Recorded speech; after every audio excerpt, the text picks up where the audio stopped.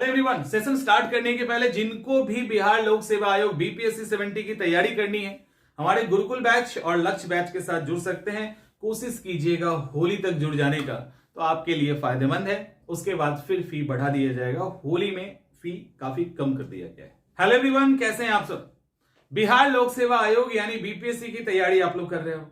BPSC की तैयारी, सपने तो बहुत बड़े हैं, सीट खूब आने वाली है, एक न एक सीट हम लेके रहेंगे और तैयारी वही है पिछले सालों वाली, जो आप पिछले सालों से तैयारी करते आ रहे हैं। तैयारी वही और रिजल्ट चाहिए। कैसे होगा? और बिहार लोक सेवा आयोग की बात करें यानी बीपीएससी की जो वैकेंसी की बात करें, तो आपको प्रीलिम्स का भी डेट पता है और मेंस कब होना है ये महीना भी आपको पता है। जब प्रीलिम्स भी पता है और मेंस भी पता है, तो तैयारी किस चीज की चल रही है अभी हम लोग बात करते हैं। बीपीएससी की जो भी आप में से तैयारी कर रहे हैं, अधिकांश लोगों को क्या लगता है कि बीपीएससी में सिर्फ प्रीलिम्स का एग्जाम होता है। अब आप कहोगे कि नहीं, हमें पता तो है मेंस का एग्जाम भी होता है, इंटरव्यू की भी तैयारी हो, इंटरव्यू भी देना होता है ना। अधिकांश को पता है प्रीलिम्स में पीटी की तैयारी होती है, बस पीटी निकल जाए कहानी खत्म है। आप में से लगभग 40-50% स्टूडेंट्स तो ऐसे हैं जिनको लगता है प्रीलिम्स ही एकमात्र हर्डल है, प्रीलिम्स निकल जाएगा मेंस हमारा हो जाएगा। तो मैं बहुत सारे लोग अभी से प्रीलिम्स की जो तैयारी, अभी से नहीं, कुछ लोग पहले से भी कर रहे होंगे, तो प्रीलिम्स को टारगेट लेकर प्रीलिम्स की तैयारी कर रहे हैं। चलिए, और आपका जो पेपर है उसमें दूसरा पेपर क्या है? मेंस का। अब जो प्रीलिम्स और मेंस तक स्टूडेंट पहुंच रहे हैं, वो किसको टारगेट कर रहे हैं? जीएस को। उनको जो प्रीलिम्स जो उससे तेज है, उससे ज्यादा शार्प है, उससे ज्यादा अच्छा स्ट्रैटेजी है, तो वो क्या कर रहे हैं? वो प्रीलिम्स और मेंस दोनों को एक साथ देख रहे हैं और दोनों के जीएस पोर्शन पे काम कर रहे हैं। दोनों के जीएस पोर्शन पे उनका इक्वली काम चल रहा है। यहां पे दो तरह के स्टूडेंट हैं, एक जिनका डीआई ठीक है, उनको टेंशन नहीं है, एक जिनका डीआई ठीक नहीं है। समझ में आ रहा है? अब जितने भी स्टूडेंट हैं इस तरह के, उनमें से अधिकांश प्रीलिम्स और मेंस में डीआई को छोड़कर, जिनका ठीक नहीं है उनका भी डीआई को छोड़कर और सेक्शन को पे तैयारी कर रहे हैं, यानी प्रीलिम्स और मेंस के जीएस सेक्शन पे उनकी तैयारी चल रही है। मैक्सिमम जो लोग छोड़ रहे हैं वो ऑप्शनल पेपर, इसके बाद एसए का पेपर। आपके एग्जामिनेशन के अंदर इंटरव्यू को भी छोड़ दीजिए, तो आपका एग्जामिनेशन ये 4 पार्ट में डिवाइड है, प्रीलिम्स और मेंस मिला के, कोई एक सेक्शन नहीं है। यानी जो पीटी सोच रहे हैं वो तो भूल ही जाइए कि आपका नौकरी होने वाला है 60-70 वाले में, मैंने 70 बोला था ना, तो 70 वाले में नौकरी होने वाला है, ये तो आप भूल जाओ। जो प्रीलिम्स और मेंस की तैयारी कर रहे हैं जीएस लेवल पे, वो चलो फाइट में है, उनकी चांसेस है, लेकिन जो इसके साथ सबकी तैयारी कर रहे हैं, तो वो अगर अभी से सीरियसली तैयारी करेंगे तो उनका सिलेक्शन होना लगभग तय है, क्योंकि वो बहुत गंभीर छात्र हैं। पूरे सिलेबस को उन्होंने स्कैन कर लिया होगा और पूरे सिलेबस के अकॉर्डिंग वो तैयारी कर रहे हैं। अब आपको हम बताते हैं कि आपकी तैयारी में अगर कहीं चूक हो रही है तो उसको कैसे ठीक करो। और ये जो अभी महीना है, अब स्टार्ट कर दीजिए, क्योंकि थोड़े समय के बाद प्रेशर आएगा। समझ में आ रहा है? और आप में से बहुत सारे अभी भी नोटिफिकेशन कब आएगा, फॉर्म कब भरा जाएगा, अरे नोटिफिकेशन कब आए, फॉर्म कब भरा जाए, क्या फर्क पड़ता है? आपसे 15 तारीख को आयोग फॉर्म भरवा लो, उससे क्या दिक्कत है? आपको तो पता है 30 तारीख को आपको एग्जाम देना है, उनका तो कैलेंडर पहले से जारी है और उम्मीद है उसको फॉलो किया जाएगा। तो उसको जो फॉलो किया जाएगा, तो आपको नोटिफिकेशन फॉर्म इनकी तो बात ही नहीं करनी चाहिए, सीट कितनी आएगी उसकी बात नहीं होनी चाहिए, वो तो जब आएगा तब आएगा। अब प्रीलिम्स और मेंस में ये ऑप्शनल पेपर, और इससे सबसे पहले ऑप्शनल पे आइए। यहां दिक्कत क्या हो रही है कि किसी ने पहले जब बीपीएससी की तैयारी की थी, तो किसी का सोशियोलॉजी था, किसी का साइकोलॉजी था, किसी का एंथ्रो था, किसी का हिस्ट्री था, कुछ भी, किसी का एलएसडब्ल्यू है, कोई भी ऐसे सब्जेक्ट, ज्योग्राफी है, पॉलिटी है, इकोनॉमिक्स है, ऐसे कोई भी सब्जेक्ट जिनके थे। अब इस सब्जेक्ट की तैयारी जब वो कर रहे थे ऑप्शनल लेवल पे, तो वहां पे जब तक बीपीएससी ने बदलाव नहीं किया था, तब आपका ऑप्शनल पेपर डिस्क्रिप्टिव था, यानी आपको लंबे आंसर्स लिखने होते थे, मोटे मोटे बड़े बड़े 400-400 शब्दों के आंसर पे आप प्रैक्टिस करते थे। लेकिन यही अब क्या हो गया, अब ये एमसीक्यू में बदल गया है, ये ऑप्शनल पेपर। अब आप में से अगर कोई sociology, psychology, anthro, history, geography, polity, entire में से कोई भी सब्जेक्ट लेके अगर पहले से तैयारी कर रहे थे, और आप में से अधिकांश को क्या लगता है कि हमने ना ऑप्शनल लेवल पे पढ़ाई की थी, देखो वो ऑप्शनल अलग था, जिस ऑप्शनल की आपने पहले पढ़ाई की वो ऑप्शनल अलग था, और अभी जो बिहार लोक सेवा आयोग ऑप्शनल आपको दे रही है वो अलग है। यहां पे एमसीक्यू टाइप ऑप्शनल आ गया, तो इस जगह पे आपको फिर से विचार करने की जरूरत है। यहां अगर गलती करोगे, भले क्वालिफाइंग नेचर का है, लेकिन अगर आपने सोशियोलॉजी सिर्फ मेंस के पर्पज से पढ़ा था तो यहां एमसीक्यू के पर्पज से ये भारी पड़ सकता है। मैं ये बिल्कुल नहीं कह रहा कि आपको चेंज करना है, लेकिन एक बार आप देख लीजिए कि क्या, पहले आप उसके प्रीलिम्स के सवाल को देखिए, क्या वहां से सवाल हम बना लेंगे। उसी तरह से किसी भी सब्जेक्ट में आपको यह देखना है, तो ऑप्शनल पेपर पे आपको विचार करने की जरूरत है। ऑप्शनल पेपर बदल गया है, बहुत लोगों को तो पता भी नहीं है। कई सारे ऐसे हैं जिनको पता ही नहीं कि ऑप्शनल जो है ऑब्जेक्टिव हो गया है। तो आपका ऑप्शनल ऑब्जेक्टिव हो गया है, उसके कारण इसकी नेचर बदल चुकी है, तो आपको दोबारा इसको रिव्यू करना चाहिए। अब तीसरा सवाल है एस्से का। एस्से क्या है भाई? एस्से पे सबसे कम ध्यान दिया जा रहा है, जिसपे सबसे अधिक ध्यान दिया जाना चाहिए। इसमें आप इन दोनों सेक्शन से ज्यादा ध्यान आप एस्से पे अगर दोगे तो आपको ज्यादा स्कोर आएगा। कैसे? जीएस के मैंने इसके पहले एक बार वीडियो बना के आपको बताया था, स्ट्रैटेजिकल चूक मत कीजिए, कोई नहीं बचा पाएगा इस दुनिया का आपको। फिर मैंने आपको बताया था कि एस्से में मान लो कोई भी सब्जेक्ट उठा लो, जीएस का, ज्योग्राफी, इकोनॉमिक्स, पॉलिटी, कोई भी उठा लीजिए, उसके टोटल सिलेबस का 25% टाइम अगर आप दोगे तो आपका पूरा एस्से का पेपर तैयार हो रहा है। यहां पे पेपर 1 और 2 है ना, तो उसी के साथ ये एस्से का भी एक पेपर आ गया। तो इसके अंदर अब मैं 1 और 2 के अंदर कई सब्जेक्ट्स हैं, जैसे मान लो डीआई है, किसी का डीआई खराब होगा, डीआई के बराबर हम रख देते हैं कि उसका एस्से भी खराब होगा, तो उसको डीआई सीखने में जितना समय लगेगा उसके 25% समय में वो एस्से में बहुत बेहतरीन तैयारी कर लेगा। और एक बार एस्से तैयार हुआ तो आपके मेंस पर भी उसका असर पड़ेगा, मेंस आंसर राइटिंग पे, और जीवन भर के लिए हो गया ना, फिर तो कोई दिक्कत ही खत्म हो गई हमेशा के लिए। हमेशा के लिए फिर उसको तैयार नहीं करना है, तो आपको इसको प्रायोरिटी देनी है। और आप अगर ये सोचोगे कि लास्ट टाइम में हम एस्से तैयार कर लेंगे तो ये संभव नहीं है। लास्ट टाइम में आप रट रटा के कुछ लिख आएंगे वो बात अलग है, आप लिख दोगे कोई दिक्कत नहीं है, लेकिन वो जो आप लिखेंगे वहां वो काम में बहुत ज्यादा स्कोरिंग होगा वो नहीं है, क्योंकि प्रेशर में तैयार किया गया एस्से उतना अच्छा नहीं हो सकता, क्योंकि एस्से समय मांगता है, एस्से टाइम मांगता है। तो इस एस्से को आप अभी अपने तैयारी में शामिल करें। अब रहा सवाल प्रीलिम्स और मेंस का।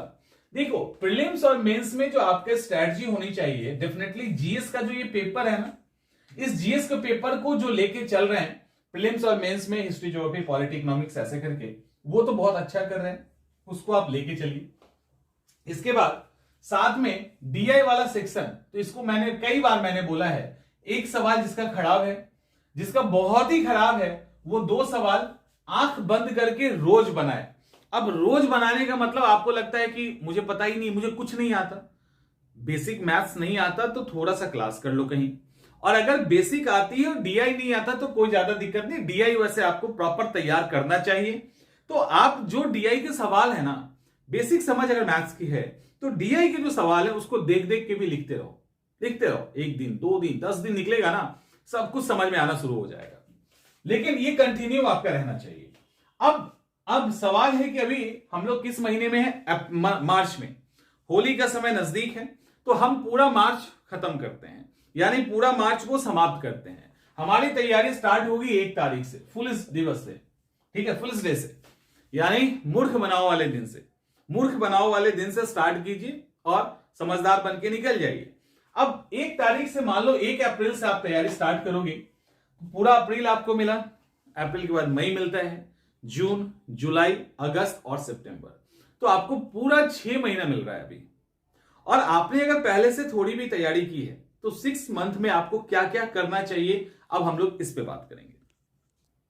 तो 6 महीने में आप क्या क्या कर सकते हैं? देखिए, 6 महीने में कभी भी आप ये दिमाग में मत रखो कि अभी हमें पीटी और पीटी करना है।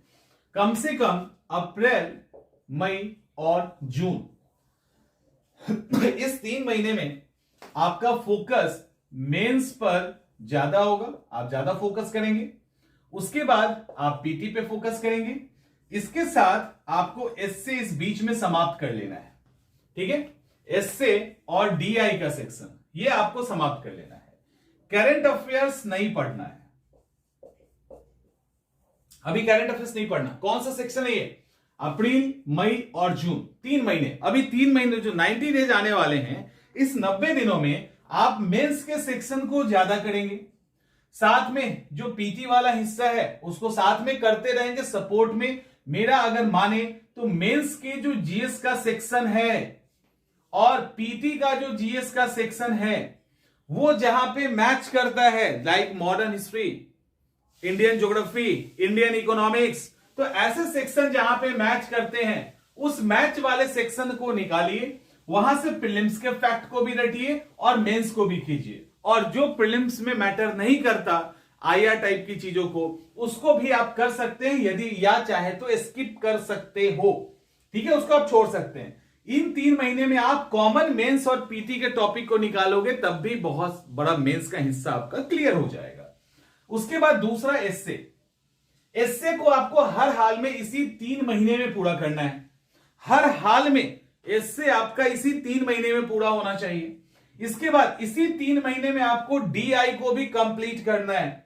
डीआई करंट अफेयर्स को छूना भी नहीं है, करंट अफेयर्स को मत छूइए। जिसको लगता है करंट अफेयर्स परेशान कर रहा है, 1-2 घंटा ले रहा है, भूल जाओ, करंट अफेयर्स आपके सिलेबस में नहीं है, ठीक है, नहीं है, बस एकदम से भूल जाइए, कोई दिक्कत नहीं, एक भी सवाल नहीं छूटेगा आपका। तो ये जो 3 महीने हैं इसमें आप इसको कवर करेंगे। अब जब जुलाई आएगा, अगस्त आएगा और सितंबर आएगा, इस समय अब डर धीरे धीरे हावी होने लगेगा। अब डरना, आपको डरने लगेंगे आप। तो डरने जब लगेंगे तो ये जो खास करके इस तीनों ही महीने में आप पीटी को कवर कीजिए, करंट अफेयर्स को कवर कीजिए, और यही करो ना, कोई दिक्कत नहीं है। और क्या करो, थोड़ा सा 3 मतलब मुझे इसलिए मैं रुक रहा हूं यहां पे कि 3 महीने में, चूंकि आपने इस 3 महीने में अच्छे से तैयारी की है, तो ये 3 महीने में प्रीलिम्स की तैयारी करने में इतना समय लगेगा नहीं आपको, इस एकदम ही नहीं लगेगा, क्योंकि आधी नहीं, लगभग 60% से ऊपर की प्रीलिम्स की तैयारी तो आपको इसी 3 महीने में हो जाएगी। तो वहां पे तो 40% बचता है और पूरा अपने प्रीलिम्स को दे दिया। अच्छी बात है, प्रीलिम्स को देके सेव करते हैं। रिवीजन, तो प्रीलिम्स के पॉइंट ऑफ व्यू से जो भी इंपॉर्टेंट सेक्शन है, करंट अफेयर्स और जो रिवीजन वाला सेक्शन है, उसको आप कंटिन्यू रखिए। मेरा विचार ये रहेगा, रिवीजन के लिए पीटी प्लस मेंस, इन दोनों को जुलाई और अगस्त के महीने के लिए ले लो, ठीक है। मेंस के हिस्से को कम कर दीजिए, पीटी के हिस्से को बढ़ा दीजिए, क्योंकि अगर मेंस भी साथ साथ थोड़ा थोड़ा चलता रहेगा ना, तो एक रिदम पकड़ा रहेगा, आंसर राइटिंग हो, एस्से हो, जो भी एक रहेगा। तो अगर बहुत दिक्कत है, एक आंसर राइटिंग ही कर लीजिए, 1-2 एस्से, 2-4 दिनों पे एक एस्से लिख लो, कुछ मेन टॉपिक है उसके पॉइंट्स को याद कर लीजिए, तो वो प्रीलिम्स में भी काम आएगा और मेंस में भी काम आएगा। ये चलने दीजिए, और जो सितंबर का महीना हो वो टोटली प्रीलिम्स को दे दीजिए। यहां भी आप टोटल प्रीलिम्स को ही दिए, उसमें से बीच में 1-2 घंटा निकाल के मेंस के लिए रख लीजिए, और सितंबर तो टोटल ही प्रीलिम्स पे चले जाना है। करंट अफेयर्स देखो, ये 3 महीना है करंट अफेयर्स के लिए, एकदम ना कहते हैं ना बाप बाप करना, तो वो बाप बाप मत करो करंट अफेयर्स के लिए, एकदम मत करो। करंट अफेयर्स आप इस महीने में, अगर हम जुलाई टू अगस्त की बात करें ना, daily 30 minute 30 minute daily current affairs पढ़ो, डेली। 1-2 मैगजीन उठा लीजिए, डेली पढ़िए। आप देखोगे कि 10 दिन के बाद वो करंट अफेयर्स रिपीट होने लगेगा, 15 दिन के बाद रिपीटेशन स्टार्ट हो जाएगा। और वो जब आप कर लोगे तो इस जुलाई अगस्त में एकदम कुछ भी कर लो, आपका करंट अफेयर्स तैयार हो जाएगा। 30 मिनट देना फिर बंद कर दीजिए, चाहे कितना भी इंपॉर्टेंट हो। और जब सितंबर में आ जाइए तो 1 घंटा दे दीजिए, 1 घंटा दे दीजिए, 1 घंटा दे दो करंट अफेयर, जिसमें स्टेट स्पेशल भी होगा, national international plus state special, तो दोनों ही करंट अफेयर्स को 1-1 घंटा, सबको मिला के 1 घंटा दे दो। 30 घंटे इधर उधर, आपने 30 मिनट हर रोज दिया है तो 60 उधर हो गया, तो 30 उधर हो गया, काफी है। इससे एक भी सवाल आपका बियॉन्ड नहीं जाएगा। जो करंट अफेयर्स में दिक्कत होती है वो सोच की होती है, हम डर जाते हैं, उसके कारण ऐसा होता है। तो जब ये टेम्परामेंट के साथ आप एग्जाम की तैयारी करेंगे तो कोई दिक्कत आपको नहीं होगी। ठीक है, कोई दिक्कत नहीं होगी, इवन आपकी तैयारी बहुत अच्छे से हो जाएगी।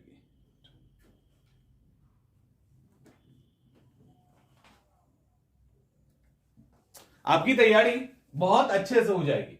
तो ये जो अभी अपकमिंग मंथ है, इसको अच्छे से प्लान करो। और आपका सपना कभी भी प्रीलिम्स निकालना नहीं होना चाहिए।